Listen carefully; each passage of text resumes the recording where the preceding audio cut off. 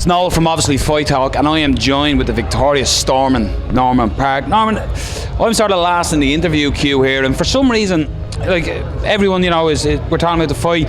It's almost like you lost the fight, the vibe sort of here. Even your answers and stuff, it seems like a little negative.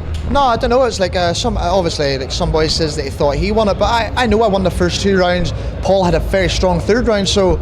But I still think I did enough to, you know, this is it. This is the way I see it. I'm not going to complain about the result that I won, but here, rest assured, I've been travelling to other people's countries and stuff, and I've been robbed in other people's countries, so I want to say it's a robbery, you know, you could maybe have scored the fight a draw, but I thought I did enough in the first 2 rounds, better control, staying on top, a couple of heavy shots, and he won the 3rd round, so, you know, I know what it feels like to go into enemy territory twice and end up drawing and losing the fight by split decision, so it's, you know, now people know how I feel when it happens. So. That's something that happens with you normally. Like Brazil, I used to keep saying Norman has to stop going to Brazil because you get it's the capital of mugging and kidnapping, and you get robbed every time you go there, and it's something that. Why does this controversy follow you? Why is there always, when it's a win or a lose for Norman Parke, there's always controversy? I don't know, I think it's, people said to me before, some boy says to me, I was chatting to him in America, he goes, Norman, I'm like, different fighter in the gym, I'm like a killer in the gym, you know, totally different. But when it comes to fight, I like fight at the fighter's level or something, just to stay where he's at. So maybe that's a mental block, maybe I need to like see someone to try and get that sorted, but that's the way I see it, because look at all my fights, they kind of seem even though I'm fighting some better boys, I'm fighting the lesser boys, they're still like kind of even in ways and maybe nicking them sometimes, but I think that's what that is, and then some, you know, no, I don't know, like maybe for the UFC, like the release, maybe like the motivation is just not the same, like, you know, sometimes that can happen to people, but maybe it'll come back again, so it's scraping by these fights and winning them, so fucks. Well, you can see with the UFC cut, that took a lot of people by surprise. Because again, we bring it back to you getting. I felt you got robbed in a lot of your fights come near the end in the UFC as well.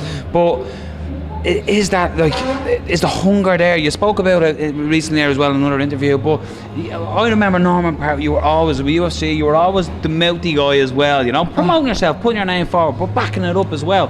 And now this time, you just seem more mellow or laid back or not as like you're walking out in Belfast here, you know what I mean? Like that has to be. Oh, I'll never forget this night. That's the you know, the most important thing, like people who never been to a show before ever, like just general like friends and stuff like I knew for school, like people I hung about with years ago, this is their first time here, and I guarantee they had the best night ever. I guarantee this is like, they'll look back and go, fuck man, do you know what?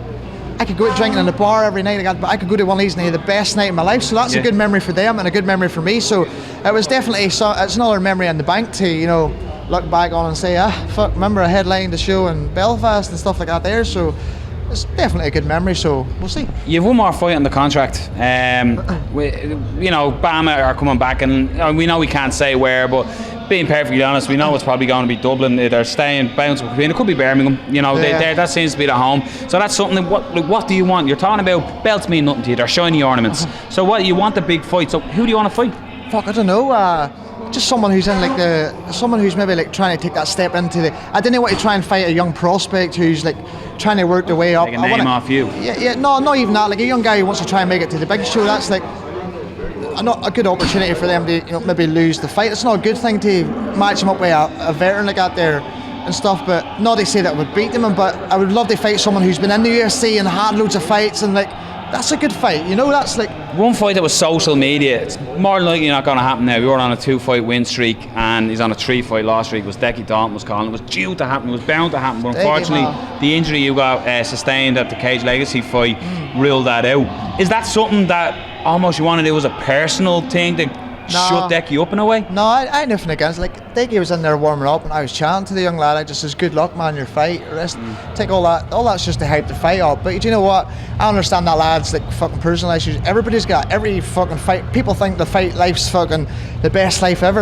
You're living the dream, doing your thing, but there's a lot of fucked up shit can go on as well, and it can get deep, you know, like it can get fucked up real quick. So it's like I understand where he was, like, so I really no hate towards him around like that there. We're just trying to hype the fight up and all, like the smack talk and stuff, but he's a good lad. He's just a young lad who fucking competes and he's still in it. He sticks in there and he's always in the fight, you know. So, you know, and I says to him after the fight, man, do you know what? If you you stuffed a couple of them takedowns, you could have won that fight because they didn't do anything for you in the feet. He was just like kind of awkward, you know, and just wanted to like sneak the takedown and stay on top. But he defended the choke. He looked good, man. So I know he's on a 3-fight losing streak, but it's like records are for DJs. Aye, exactly. I didn't believe that at all. Like I know he's naturally a featherweight. He should stay just there. I don't think lightweight's his thing.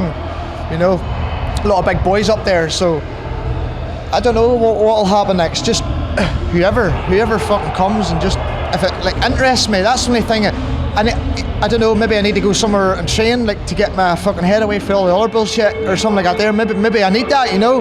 But sometimes fighters' minds, you're like, oh no, I don't know. You're like stuck in your own mind. You think it's no, I don't need to go anywhere. But I might just go back to America to train a wee bit, or I might even go to Thailand because I got a lot of friends that I train with Alliance who went there, so I could maybe go there. It's not too far away, like it's still a good bit, but it's nice and warm, and you know it's good solid hard stand up. So maybe if I had if I had a nasty striking part of my game, I'd be a killer, like, because I feel pretty strong on the ground. So maybe I could just go away and like stay off the social media for a while. I didn't say too much and just work because you're always working. Like I just turned 30, right? You know this game, age means fuck all. It means nothing. There's so many ways to win the fight and stall the fights that it means nothing. So I'm maybe going to go away there and just work for maybe 6 months or something, and then come back and then sharpen the tools to strike. Yeah, exactly. Sharp. You got to keep every tool in the box sharp because you don't know what job you're going to end up going to. You know, so.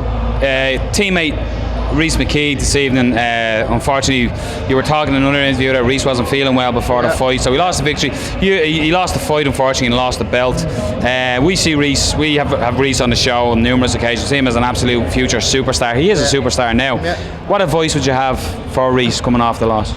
He understands, you know, he knows. I says to him, man, I know you. I train with the lad every day, I spar with him.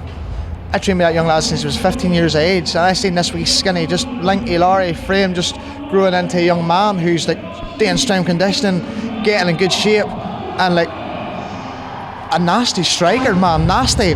And I knew once the first bell went, when I seen him clenching up and the way he moved away from certain like clenches, that there's something not right. Yeah. But he was genuinely sick. His stomach was not feeling good, and he just wasn't himself tonight, you know. And that was a big factor in the fight, because if you clench up your race, face bar, break away, and then bump it straight on you with the strikes, like sharp.